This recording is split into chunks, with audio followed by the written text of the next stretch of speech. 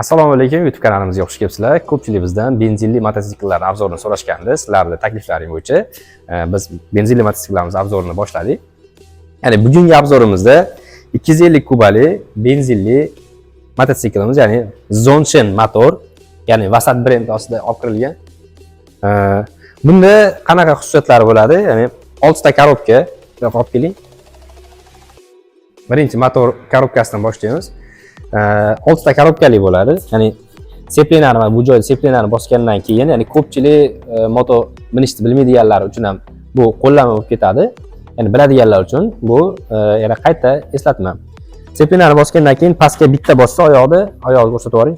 Mana seplenarni bosgandan keyin pastga bitta bosganda birinchi skorga uriladi va shundan keyin faqat tepaga ketadi. 1 2 3 4 5 6. Ya'ni 6 ta skorli bo'ladi. Bu modelimizda Kawasaki bokovoylar qo'yilgan. Bokovoy chapga o'ngga burilganda bu joyda lampalari ham ishlaydi.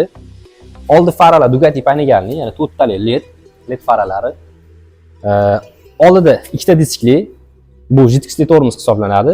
Bu joyda LED lampa hamda yiqilganingizda ushlab qoladigan duga, hamda qo'shimchani bu joyda karbon aralashgan duga qo'yilgan. Bu поворотниlar. Tormozning sistemasi, ya'ni orqa tormoz sistemasi mana bu joyda bo'ladi. Ya'ni oyoq tormoz hisoblanadi. Old tormoz bu o'ng qo'lda hisoblanadi. Ya'ni ikkalasini kombinatsiya qilib baravar bosish kerak bo'ladi yoki o'ynatib. Sababi buni baravar bitta qattiq bosib yuborsangiz orqasi ketib qoladi. Oldini qattiq bosib yuboradigan bo'lsangiz yonga yiqilib ketish ehtimoli juda ham yuqori. Bular o'zini stokoy akrapovich, ya'ni vyxlofida turibdi. Ovozi mягкий va baland bo'ladi. Orqa stopini ko'rsatamiz, keling. Orqa stopi mana bu joyda joylashgan. Bunda ham chapga yoki o'ngga yoqqanda поворотlilar ishlaydi. Nomer taqish uchun alohida joy qo'yib berilgan. Ya'ni ba'zilarida nomer taqish uchun joy muammo bo'ladi. Ko'p nomerlar bu joyga taqiladi, nomeringiz bunday qiyshayib ketadi. Bunda unaqa holat bo'lmaydi. Mana bu joyga nomer bemalol taqsiz bo'ladi. Xo'p, endi buni motor qismi, ya'ni Zonshen 250 kubali original motor. Ya'ni bu sizga juda ham ko'p, uzoq muddat xizmat ko'rsatadi. Motorni hozir bular akkumulyatorlarni olib qo'yganmiz.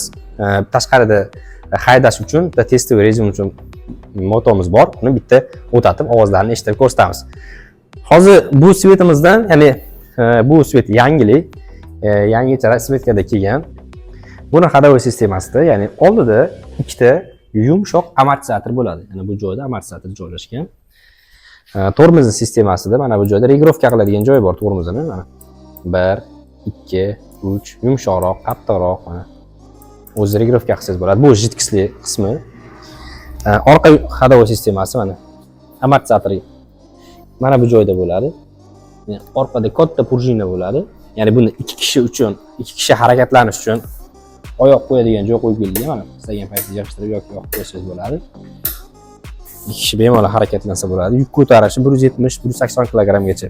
Ya'ni ikki kishi bemalol harakatlansa bo'ladi. Bu rasvetka menga juda ham yoqdi. Sababi ko'pchilik moto olishdan maqsad hammadan ajralib turishdi, hammadan e'tiborda bo'lishni xohlaydi. Asosiy sababi shunaqa bo'ladi. Qolganlari kimdir moto ixlosmandlari bo'ladi. Bu svet shaharda juda ham ajralib turadi. Ya'ni qorasini ko'rganmiz, qizilini ko'rganmiz yoki yashilini ko'rganmiz degan bu rasvetka yangilik. Bu sizni ya'ni shahar ichida, mashinalar ichida alohida ajratib ko'rsatadi. 3 dona sotuvda qolgan.